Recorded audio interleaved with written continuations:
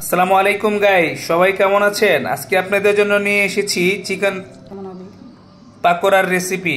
প্রথমে আমরা চিকেনগুলোকে হাড় ছাড়িয়ে নিয়েছি, তারপরে আমরা চিকেনগুলোকে কিউব করে কেটে নিয়েছি। এখন আমরা মাংসগুলোকে ম্যারিনেট করে আধা ঘন্টা 40 মিনিটের জন্য ফ্রিজে রেখে দিব। এখানে আমরা নিয়েছি 1 চা চামচ মরিচের গুঁড়ি, 1 চা চামচ ধনিয়ার গুঁড়ি, 1 চা চামচ জিরা গুঁড়ি এবং আপনার হাফ চা চামচ হলুদের গুঁড়ি এবং স্বাদ মতো লবণ দিয়ে এখন আমরা এটাকে ম্যারিনেট করে নিব। এখন আমরা এটাকে মশলাগুলা মাংসের মধ্যে দিয়ে দিচ্ছি। এখন আমরা হাফ চা চামচ পরিমাণ রসুন এবং হাফ চা চামচ পরিমাণ আদা দিয়ে নিব। এখন আমরা হাফ চা চামচ পরিমাণ চাট মশলা যোগ করে নিব এবং এক ফালি লেবুর রসটা দিয়ে দিব। লেবুর রসটা দিলে এক হলো আপনার চিকেনগুলো খুব তাড়াতাড়ি সিদ্ধ হবে এবং চিকেনগুলা খুবই মচমচে হবে, খেতে খুবই টেস্টি হবে।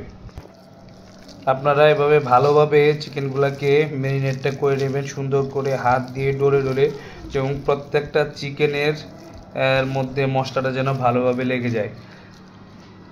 জি, পেঁয়াজ কুচি এখন আমরা হাফ কাপ পরিমাণ পেঁয়াজ কুচি অ্যাড করে দিব ধনিয়া পাতার কুচি, অ্যাড করে দিব কাঁচামরিচ কুচি এবং 2 টেবিল চামচ বেসন, 1 টেবিল চামচ চালের গুঁড়া। এখন আমরা এটিকে ভালোভাবে মিক্স করে নিব। আমরা একটা প্যানের মধ্যে পরিমাণ মতো তেল দিয়ে দিলাম। আমাদের তেল গরম হয়ে গেছে। এখন আমরা পাকোড়ার চিকেনগুলো দিয়ে দিচ্ছি।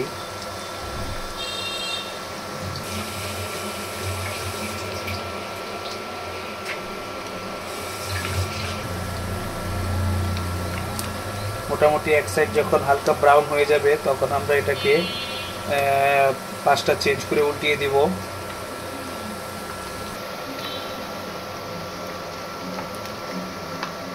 মিডিয়াম আঁচে আপনারা ভাজবেন, তাহলে জিনিসটা খেতে অনেক মুচমুচে হবে।